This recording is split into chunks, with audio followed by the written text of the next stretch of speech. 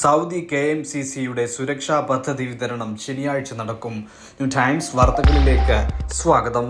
പ്രവാസ ലോകത്തെ ഏറ്റവും വലിയ കാരുണ്യ പദ്ധതിയായ സൗദി KMCC നാഷണൽ കമ്മിറ്റിയുടെ സാമൂഹ്യ സുരക്ഷാ പദ്ധതി ആനുകൂല്യ വിതരണം ശനിയാഴ്ച നടക്കും.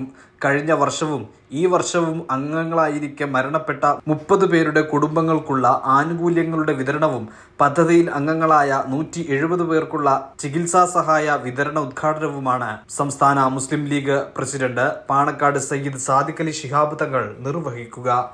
മാർച്ച് 2 ശനിയാഴ്ച ഉച്ചയ്ക്ക് 2 മണിക്ക് ചെമ്മാട് കോഓപ്പറേറ്റീവ് ബാങ്ക് ഓഡിറ്റോറിയത്തിലാണ് പരിപാടി അരങ്ങേറുക. 2 കോടി രൂപയുടെ ആനുകൂല്യങ്ങളാണ് ചടങ്ങിൽ വിതരണം ചെയ്യുന്നത്.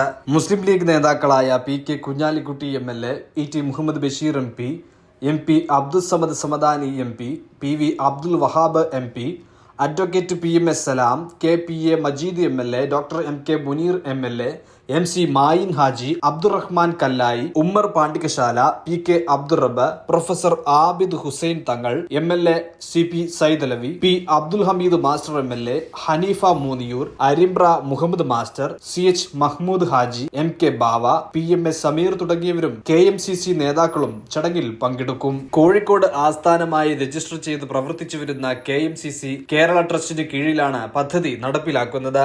പ്രവാസികൾക്ക് പുറമെ മുൻ പ്രവാസികൾക്ക് കൂടി അംഗത്വം നൽകിക്കൊണ്ടാണ് പദ്ധതി മുന്നോട്ടു പോകുന്നതെന്ന് സംഘാടകർ വാർത്താ സമ്മേളനത്തിൽ അറിയിച്ചു.